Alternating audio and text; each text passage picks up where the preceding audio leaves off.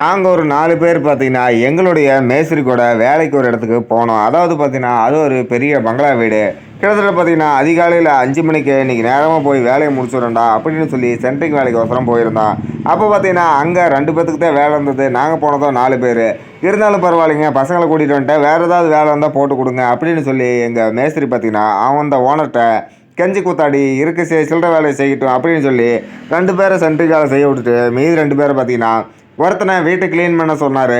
மத்த ஒருத்தன பார்த்தீங்கன்னா, கார் எல்லாம் கிளீன் பண்ணி கிட்டத்தட்ட இந்த ஜன்னல் கம்பியெல்லாம் தொடச்சிரு தம்பி அப்படின்னு சொல்லும்போது, வீட கிளீன் பண்ற வேலைக்கு நான் போயிட்டேன். என்னுடைய நண்பன் பார்த்தீங்கன்னா, கார் துடைக்கிற வேலைக்கு போயிட்டான். அப்ப பார்த்தீங்கன்னா, இந்த நாயி கார் துடைச்சிட்டு இருக்கும்போது அந்த அக்கா எந்திரிச்சு மூஞ்சி கை காலெல்லாம் கழுவிட்டு பார்த்தீங்கன்னா, வாசல்ல கோலம் போடுறதுக்கோசரம் வந்து கோலம் போட்டுட்டு இருந்திருக்காங்க. இந்த நாய் பார்த்தீங்கன்னா, அந்த இடத்துல மூடிட்டு வேலைய செய்யாம, கிட்டத்தட்ட அந்த அக்காவ மறைஞ்சு மறைஞ்சு கார துடைக்காம சுத்தி சுத்தி அந்த அக்கா எப்படி கோலம் போடுறாங்க அப்படிங்கிறத அந்த காருக்கு பின்னாடி நின்று ஒளிஞ்சிருந்து பார்த்துக்கிட்டு இருந்துக்கிறேன்.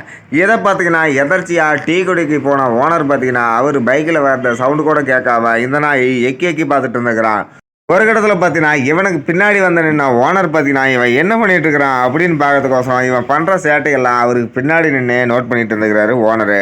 அதுக்கப்புறம் பார்த்தீங்கன்னா, பையனோட சட்டைய இழுத்து பிடிச்சி, "இங்க வாடா கண்ணு, என்னடா பண்ணிட்டு இருந்த?" அப்படின்னு கேட்கும்போது, "இல்ல முதலாளி, கார் தான் துடைச்சிக்கிட்டு இருந்தேன்." அப்படிங்கும்போது, அவர் பேசிட்டு இருக்கவே சப்புன்னு ஒரு ரப்ப அப்பிட்டாரு. அப்புறம் அப்போல பார்த்தீங்கன்னா, பையனுக்கு கண்ண பழுத்து போச்சு. அதாவது அடுத்தது பார்த்தீங்கன்னா, மேஸ்திரி கூப்பிட்டாரு.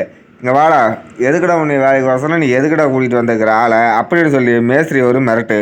அதுக்கப்புறம் பதறிப்போன மேஸ்திரி பார்த்தீங்கன்னா, "ஏங்க என்னாச்சு? ஏதாவது உடைச்சு கிடச்சு புட்டானா? என்ன பண்ணான்? சொல்லுங்க." அப்படிங்கும்போது, "அவன் உடைச்சிருந்தா கூட பரவால்ல. அவன் என்ன பண்ணிட்டு தான்னு அவனையே கேளு. நீ கூட்டிட்டு வந்த ஆள." அப்படிங்கும்போது, "என்னடா பண்ண?" அப்படின்னு கேட்கும்போது, "இல்லண்ணா, நான் கார் தான் துடைச்சிட்டு இருந்தேன்." அப்படின்னு திருப்பி திருப்பி அதையே சொல்லிட்டு இருந்தான். ஓனர் பார்த்தீங்கன்னா, அவன் சட்டைய மறுபடியும் இழுத்து புடிச்சு, ரையின்னு இந்த பக்கம் ஒரு அப்பு. "சொல்றா உண்மைய." அப்படிங்கும்போது, "இல்லண்ணா, அந்த அக்கா கோலம் போட்டுட்டு இருந்தாங்க. எப்படி கோலம் போடுறாங்கன்னு பார்த்துக்கிட்டு இருந்தேன்." அப்படின்னு சொல்லியிருக்கிறான். மேஸ்திரிக்கு பார்த்தீங்கன்னா, வந்த ஆத்திரத்துல இவரு அவன் சட்டைய புடிச்சு குப்பு குப்பு குப்பு குப்புன்னு 4 சாத்திட்டாரு. அதுக்கப்புறம் பார்த்தீங்கன்னா, என்னடா இது சத்தம் கேட்குதுன்னு நாங்கெல்லாம் ஒடியாந்து பார்க்கும்போது, பையன பார்த்தீங்கன்னா 2 பேரும் புடிச்சு மாறி மாறி இந்த பக்கம் ஒரு ஆள் குத்துறாங்க, அந்த பக்கம் ஒரு ஆள் குத்துறாங்க. அதுக்கப்புறம் பார்த்தீங்கன்னா, ஓனரோட பையனும் வந்துட்டாரு. 3 பேரும் சேர்ந்து பையன போட்டு புரட்டி எடுத்து சட்டைய கழட்டி கை கால கட்டி போட்டாங்க. ஒரு கட்டத்துல பார்த்தீங்கன்னா, மேஸ்திரி, "ஐயா ஐயா விட்டுருங்க, தெரியாமல் பண்ணிட்டான், போலீஸ் கேஸ் எல்லாம் வேண்டாம், நான் நம்ம நல்லவன் நம்பி தான் கூட்டிகிட்டு வந்தேன். இந்த சில்லற நாய் இப்படி பண்ணுவான்னு தெரியாமல் போச்சுங்க. இந்த ஒரு டைம் மட்டும் மன்னிச்சு விட்ருங்க." அப்படிங்கும்போது ஓனர் பார்த்தீங்கன்னா, போலீஸுக்கெல்லாம் ஃபோன் பண்ணுற சுச்சுவேஷனுக்கு போய் இவர் கெஞ்சல அந்த பையனும் கெஞ்ச ஆரம்பிச்சிட்டான் ஒரு இடத்துல. "ஆனால் தெரியாமல் பண்ணிட்டேன், இந்த ஒரு டைம் மட்டும் மன்னிச்சு விட்ருங்கண்ணா" அப்படின்னு அவனும் கெஞ்ச காட்டி கிட்டத்தட்ட ஓனரும் ஓனரோட பையனும் ஓனரை காலெலாம் மனசு மாறி கிட்டத்தட்ட, "இதுவே உனக்கு கடைசி ஃபைனலாக இருக்கணும்.